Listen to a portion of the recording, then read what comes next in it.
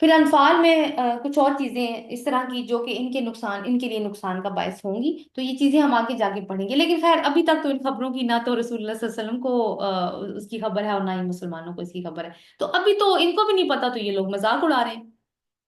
جب ان کو معلوم ہوگا کہ یہ کس قدر سنجیدہ معاملہ تھا، تب پانی سر سے گزر چکا ہوگا۔ کسی چیز کا مذاق کب اڑایا جاتا ہے، یہ سوال ہے؟ جب کسی چیز کو سیریس نہ لیا جائے، اس کو ہلکا لیا جائے، اور دوسروں کی نظروں میں بھی خود بھی ہلکا لیا جائے اور دوسروں کو بھی اس کو ہلکا کر کے دکھایا جائے کہ نہیں یہ بالکل سیریس بات نہیں ہے، بہت ہی نان سیریس قسم کی بات ہے، تو بس اس کا مذاق اڑائیں، خود بھی اس کو لائٹلی لیں اور لوگوں کو بھی یہی شو کریں کہ یہ کوئی ایسی بات نہیں ہے جس کو سنجیدگی سے دیکھنے کی ضرورت ہے۔ تو اس ڈرامے کے مقام پر ان لوگوں کو انسانی تاریخ سے کچھ ایسی اقوام کی طرف توجہ دلائی گئی ہے جنہوں نے وہی کیا تھا جو مشرکین مکہ کر رہے تھے، یعنی انہوں نے بھی وہی کیا۔ جیسے مشرکین مکہ نے رسول صلی اللہ علیہ وسلم کی دعوت کو جھٹلا دیا، تو ان قوموں نے بھی وہی کیا، انہوں نے بھی اپنے نبیوں کی دعوت کو جھٹلایا اور ان کا مذاق اڑایا۔ آگے دیکھتے ہیں اس کو۔ الم یرو، کیا نہیں انہوں نے دیکھا، کم اہلکنا، کتنی ہی ہلاک کر دی ہم نے، من قبلہم من قرن مکناہم فی الارض، ان سے پہلے قومیں، کتنی ہی قومیں جن کو ہم نے زمین میں قدرت عطا کی تھی، ما لم نمکن لکم، وہ قدرت جو ہم نے تمہیں عطا نہیں کی، یعنی ایسی بہت ساری قومیں اللہ تعالیٰ کہتے ہیں، یہ لوگ جانتے ہیں ان کے بارے میں کہ ہم ان کو ہلاک کر چکے ہیں اس دنیا میں، اور ان کو جتنا جتنا اقتدار دیا تھا اس دنیا کے اندر، اہل مکہ تمہیں اتنا اقتدار نہیں دیا۔ اس آیت کو ایک حصہ یہاں تک ہے، اس کا آگے دیکھتے ہیں جس کو ہم اس طرح سے ڈسکس کریں گے۔ اگلا پارٹ ہے وَأَرْسَلْنَا السَّمَاءَ عَلَيْهِمْ مِدْرَارًا، اور ہم نے آسمان کو بھیجا ان کے اوپر بہت برسنے والا، یہ اب ان قوموں کی بات ہو رہی ہے۔ وَجَعَلْنَا الْأَنْهَارَ تَجْرِي مِن تَحْتِهِمْ، اور ہم نے بنائی ان کے نیچے نہریں جو بہتی تھی۔ دوسرا حصہ ہو جائے گا یہ، فَأَهْلَكْنَاهُمْ بِذُنُوبِهِمْ، پس ہم نے انہیں ہلاک کر دیا ان کے گناہوں کی وجہ سے، وَأَنشَأْنَا مِن بَعْدِهِمْ قَرْنًا آخَرِينَ، اور ہم نے اٹھائی ان کے بعد کچھ دوسری قومیں۔ تو تین حصوں میں ہم اس کو ڈسکس کرتے ہیں۔ پہلا حصہ کیا ہے کہ کیا انہوں نے نہیں دیکھا کہ ہم نے کتنی ہی ان سے پہلے کچھ قومیں آباد تھیں جن کو ہم نے بہت زیادہ اقتدار یا قدرت بخشی تھی، یا بہت زیادہ اسٹرانگ بنایا تھا ان کو زمین میں، اتنا اسٹرانگ جتنا اہل مکہ تمہیں نہیں بنایا۔ تو اہل مکہ کو یہاں پہ متوجہ کیا جا رہا ہے کہ ذرا پیچھے کی طرف مڑ کر دیکھ لو کہ اور نگاہیں ڈالو کہ ان سے پہلے ان کے ارد گرد کچھ اقوام آباد تھیں، جیسے قوم عاد، سمود، شعیب علیہ السلام کی قوم۔ قرن کا جو مطلب ہوتا ہے نا، یہ جو لفظ ہے من قرن، قرن کا مطلب یہ ایک وقت کے یا ایک زمانے کا حصہ بھی اس کو کہہ سکتے ہیں، یا وقت کے ایک دور کو کہتے ہیں۔ اس میں کتنے سال ہیں، اس میں مختلف طرح کی آراء ہمیں ملتی ہیں، لیکن رسول اللہ صلی اللہ علیہ وسلم کی حدیث کے مطابق یہ ایک صدی کا وقت ہوتا ہے، اور اس کا دوسرا مطلب ایک جماعت کے لوگ بھی ہوتا ہے قرن میں۔ ایک جماعت کے لوگ دونوں کو ملائیں تو یوں بھی بن سکتا ہے کہ ایک جماعت کے لوگ جو ایک وقت میں اکٹھے رہ رہے ہیں۔ تو سوچیں کہ اب اہل مکہ کو کہا جا رہا ہے نا کہ تم یہ قوم عاد، سمود، یہ شعیب علیہ السلام کی قوم، تم لوگ ان کی کہانیاں جانتے ہو، تمہیں پتہ ہے کہ یہ کہاں آباد تھی، تو سوچو کہ وہ آج کہاں ہے۔ کیونکہ میں نے جیسے پہلے بات کی کہ اہل عرب ان اقوام کی تاریخ اور کہانیوں سے واقف تھے، جانتے تھے کہ یہ عذاب سے تباہ ہوئی ہیں۔ یہ جب سفر کرتے تھے شام کی طرف تو ان بستیوں کے اجڑے ہوئے کھنڈرات دیکھا کرتے تھے، اور کھنڈرات سے ایسے معلوم ہوتا تھا کہ یہ لوگ کس قدر ترقی یافتہ تھے اور اسٹرانگ تھے، اور دوسری بات یہ ہے کہ ان کی عمریں بھی بہت لمبی تھیں۔ مکناہم کا مطلب ہے کہ زمین پر ان کو اثر و رسوخ حاصل تھا۔ اثر و رسوخ کسی بھی قوم کا کس طرح سے بنتا ہے؟ جب ان کی اکانومی اسٹرانگ ہوتی ہے، اور ان کے کلچر سے بھی ان کا اثر و رسوخ بنتا ہے، اور اس کے بعد کیا ہوتی ہے، ان کی سیاسی سوجھ بوجھ بھی اس میں کنٹریبیوٹ کرتی ہے۔ تو ان اجڑی ہوئی اقوام کو تو وہ غلبہ حاصل تھا جو اہل مکہ کو حاصل نہیں ہے۔ عرب میں تو سارا سال بارشیں ہی نہیں ہوتی تھی، خانہ بدوشوں کی طرح یہ لوگ رہتے تھے، صحرائی علاقہ تھا، کوئی پیداوار نہیں ہوتی تھی، قبائلی اختلافات اور جنگیں الگ، کسی کی جان محفوظ نہ عزت، یہ حالات تھے ان کے۔ تو آگے دیکھتے ہیں، وَأَرْسَلْنَا السَّمَاءَ عَلَيْهِمْ مِدْرَارًا، اور ہم نے بھیجا آسمان کو ان پر بہت برسنے والا، وَجَعَلْنَا الْأَنْهَارَ تَجْرِي مِن تَحْتِهِمْ، اور بنائی ہم نے نہریں جو ان کے نیچے سے بہتی تھی۔ آسمان کو بھیجنے کا کیا مطلب ہے؟ سما کا مطلب بادل بھی ہوتا ہے، اور مدرارا جو ہے وہ درون سے ہے، یہ لفظ درون، درون دودھ کو کہا جاتا ہے۔ دودھ عرب کے لیے بہت مفید چیز تھی، اس لیے اس کے فائدوں کی وجہ سے نا یہ لفظ فائدوں کے لیے استعمال ہوتا ہے، درون۔ اور کثیر بھلائی کو بھی درون کہا جاتا ہے۔ حضرت ابن عباس کے مطابق اس کا مطلب مسلسل بھی ہے۔ تو کیا مطلب نکلا کہ ہم نے ان کے اوپر تسلسل سے مفید بارشیں برسائیں۔ مفید کا لفظ میں اس لیے استعمال کر رہی ہوں کہ بارشیں ایسی بھی ہوتی ہیں جو تباہیاں لے آتی ہیں، لیکن مفید بارشیں برسائیں جن سے ان کو فائدہ ہوا، ان کے لیے ایک نہری نظام بنایا۔ تختہ کا مطلب ہے نیچے ہونا، تو نہریں ہو سکتا ہے کہ ان کی انڈر گراؤنڈ ہو، اور ویسے بھی جو جو نہریں بہہ رہی ہوتی ہیں وہ کیونکہ سامنے سے بھی بہہ رہی ہوتی ہیں، ہمارے ہماری آنکھوں کے سامنے بہہ رہی ہوتی ہیں، یا بلڈنگز کے سامنے سے بہہ رہی ہوتی ہیں، جیسے جنت کی نہروں کا تذکرہ ہے، تو اس کے لیے بھی تختہ کا لفظ ہی آتا ہے۔ نوٹ کرنے والی بات یہاں پر یہ ہے کہ اللہ تعالیٰ نے ان اقوام کی ترقی یا اسٹرینتھ دکھانے کے لیے پانی کا یا بارش کا یا نہروں کا ذکر کیا ہے۔ کیوں؟ اس سے پہلے کہ ہم اس کو ڈسکس کریں، میں آپ کو قرآن سے ایک بڑا انٹرسٹنگ ریفرنس اور دیتی ہوں، سورہ زخرف کی آیت نمبر 51۔ انفیکٹ یہ دو ریفرنسز ہیں، ایک سورہ زخرف کی آیت نمبر 51 ہے، وَنَادَى پھر کیا بات ڈسکس کریں گے ہم؟ پانی کی اہمیت۔ وَنَادَى فِرْعَوْنُ فِي قَوْمِهِ قَالَ يَا قَوْمِ أَلَيْسَ لِي مُلْكُ مِصْرَ وَهَٰذِهِ الْأَنْهَارُ تَجْرِي مِن تَحْتِي أَفَلَا تُبْصِرُونَ۔ اور فرعون نے اپنی قوم میں پکارا کہ اے میری قوم، کیا میرے لیے مصر کی بادشاہی نہیں ہے، اور یہ نہریں جو میرے نیچے سے بہہ رہی ہیں، تو کیا تم لوگ دیکھتے نہیں ہو؟ اور سورہ نازیات کی آیت نمبر 24 میں یہی فرعون کہتا ہوا نظر آتا ہے، فَقَالَ أَنَا رَبُّكُمُ الْأَعْلَىٰ، بس اس نے کہا کہ میں تمہارا سب سے بڑا رب ہوں۔ اب ان دونوں آیات کو ملا کے سمجھنے کی کوشش کرتے ہیں۔ رب کون ہوتا ہے؟ جو پرووائڈ کرتا ہے۔ تو فرعون اپنے آپ کو رب کہتا ہے کہ میں پرووائڈر ہوں، کس بنیاد پر؟ کہ مصر کا یہ نہری نظام میری بادشاہت میں ہے، یعنی پانی ایک ایسا ریسورس ہے جو کسی بھی ملک کی ترقی کا باعث ہوتا ہے۔ پانی سے زراعت چلتی ہے، اور زراعت سے پیداوار حاصل ہوتی ہے، اس پیداوار سے ہم خوراک بھی لیتے ہیں، ہم لباس بھی لیتے ہیں، انسان الگ سے فائدے اٹھاتے ہیں، جانور الگ سے فائدے اٹھاتے ہیں، عمارتی لکڑی حاصل ہوتی ہے، پھر خام مال بنتا ہے بہت سارا جس کو پھر انڈسٹری میں یوز کیا جاتا ہے۔ فوڈ کو ہی لے لیں تو فوڈ پروسیسنگ کی جاتی ہے یا فوڈ سٹوریج کی جاتی ہے، لکڑی سے مختلف طرح کے اس کے یوزیجز ہیں، ایندھن کے طور پہ بھی استعمال ہوتے ہیں۔ پھر اس کے علاوہ درخت فضا کی تازگی، اور پھر علاقے کی خوبصورتی، پھر نہری نظام اگر پورا وہ نیٹ ورک بھی بچھا دیا جائے تو پانی کا بہترین نظام ہو، تو پھر کیا ہوتا ہے؟ پھر معاشی ترقی شروع ہو جاتی ہے، اور کوئی بھی ملک اگر معاشی طور پر خوشحال ہو جائے تو پھر اس کے لوگ بھی خوشحال ہونے شروع ہو جاتے ہیں، اور ملک ترقی کے راستے پہ چلنا شروع ہو جاتا ہے۔ جب ترقی کے راستے پہ چلتا ہے تو پھر وہ سیاسی قوت بھی حاصل کرتا ہے اور وہ ملٹری اسٹرینتھ بھی حاصل کرتا ہے۔ تو اللہ نے صرف پانی کا ذکر کیا، بات جو میں بتانا چاہ رہی تھی نا، تو اللہ نے ان اقوام پر اپنی رحمت کی اور ان کو دنیا میں ترقی ملی، ان کو تو پانی برسانے والے کا پھر شکر گزار ہونا چاہیے تھا نا، مگر شکر گزار تو تب ہوتے کہ سوچتے کہ واقعی یہ اللہ کی نعمت ہے، لیکن ہوا کیا؟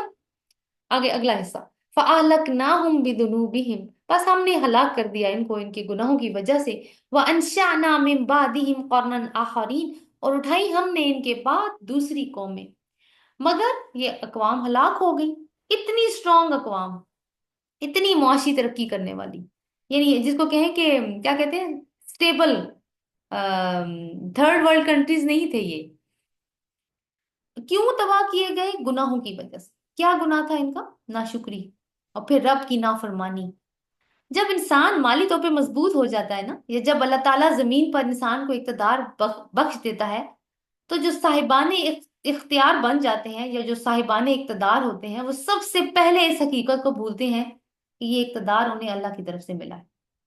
جب یہ حقیقت بھول جاتے ہیں، یعنی وہ تسلیم ہی نہیں کرتے کہ یہ کسی کا احسان ہے ہم پر، کسی کی نعمت ہوئی بھی ہے، تو نافرمانیاں کرنے لگتے ہیں، منمانیاں کرنے لگتے ہیں۔ یہی کیا ان اقوام نے بھی، مگر اللہ تعالیٰ نے اپنے پیغمبر ان کی طرف بھیجے تھے جنہوں نے انہیں حقیقت حال سے آگاہ کیا تھا، مگر یہ اپنی روش پہ اڑے رہے، اور بالآخر وہ بات جو آیت نمبر 2 میں گزری تھی نا، اجل مسمى، وہ آ گیا، تو یہ عذاب کے حقدار اس وقت ٹھہر گئے۔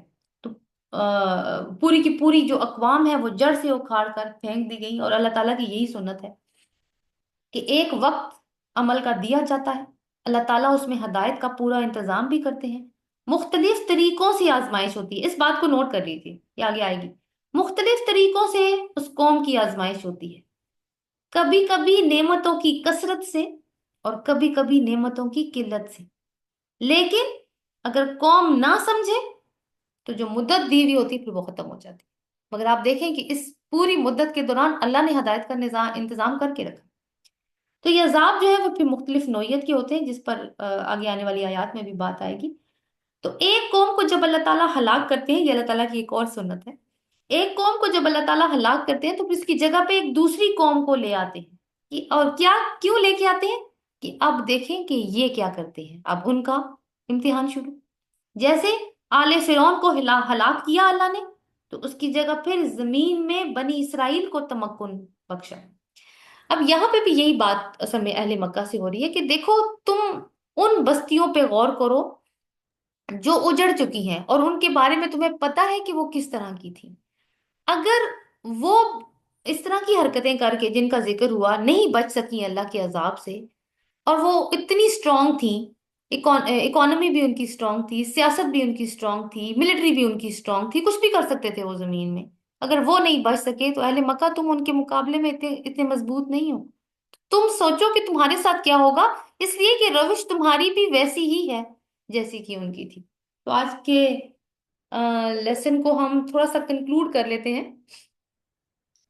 پہلی 1 سے لے کے 6 تک کے جو آرگیومنٹس ہمارے پاس آئے ہیں، ان کا ہم ایک چھوٹا سا انالیسس دیکھ لیتے ہیں۔ میری آواز آ رہی ہے آپ لوگوں کو؟ کوئی بتائے؟ جی میم آ رہی ہے. جی آ رہی ہے. میرے پاس جی آ اصل رہی میں وہ نوٹیفیکیشن آ رہا تھا کہ میرا کنیکشن انسٹیبل ہے۔ اب ہم نے آرگیومنٹ جتنے بھی ابھی تک ہم نے آرگیومنٹس پڑھے ہیں، ہم ان کا ایک چھوٹا سا انالیسس دیکھیں گے، آیت نمبر 1 till 6، اور پھر اس کے بعد اینڈ کریں گے۔ نمبر 1، اپنے اندر جھانکو اور دیکھو کہ تم مانتے کیا ہو اور کرتے کیا ہو۔ مانتے کیا تھے؟ سب طرح کی تخلیقات اللہ کی طرف سے ہیں، اس سے تمہیں انکار نہیں ہے۔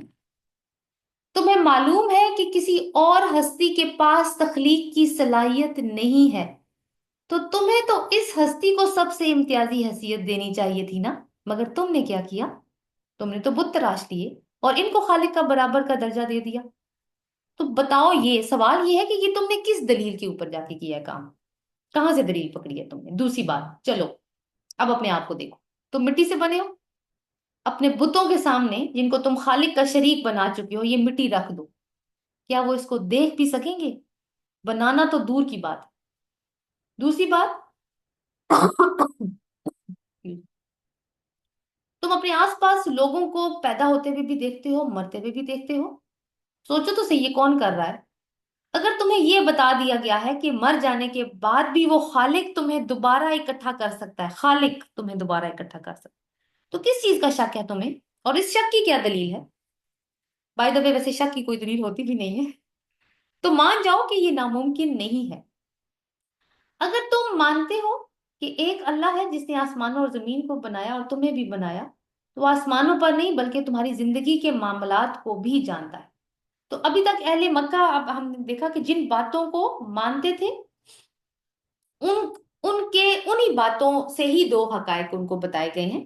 جن باتوں کو وہ پہلے مانتے تھے کہ موت کے بعد زندگی ہوگی، اور دوسری بات کہ تمہیں دنیا میں کیے گئے اعمال کو، جو تم اعمال دنیا میں کر رہے ہو اس کو اللہ تعالیٰ جانتا ہے، اور پھر ان کا کوئی حساب کتاب بھی ہوگا۔ مگر ان کی طرف سے کیا تھا کہ ہم کیوں مانیں ان کو؟ یہ باتیں تو ہم ایک انسان کے منہ سے سن رہے ہیں۔ تو پھر کیا کرتے تھے؟ یعنی نبی انسان کیوں ہے، یہ بھی ایک اعتراض تھا۔ تو کیا کرتے تھے؟ جھٹلاتے تھے، حق کا مذاق اڑاتے تھے۔ اور کس بات کا مذاق اڑاتے تھے؟ یہ کہ یہ صاحب کہتے ہیں کہ یہ اللہ کے رسول ہیں، ان پہ فرشتہ اترتا ہے اللہ کی طرف سے پیغام دیتا ہے، اور یہ کہتا ہے کہ ایمان لے آؤ ورنہ تباہ کر دیے جاؤ گے۔ بھائی ہم تو نہیں مانتے۔ تو جواب ایک نون ریالٹی سے دیا گیا ہے۔ پھر ایک بات کہ پچھلی اقوام، عاد، سمود، آل فرعون، یہ بھی ایک سوال پوچھا کہ یہ کہاں گئے؟ تم ان کے عروج کے قصے جانتے ہو، اور تمہیں یہ بھی پتا ہے کہ ان کے اوپر عذاب آیا تھا تو یہ دنیا سے مٹ گئے۔ ایسا کیا ہوا ہوگا کہ ان پر ایسا عذاب آیا کہ یہ دنیا میں مٹ گئے؟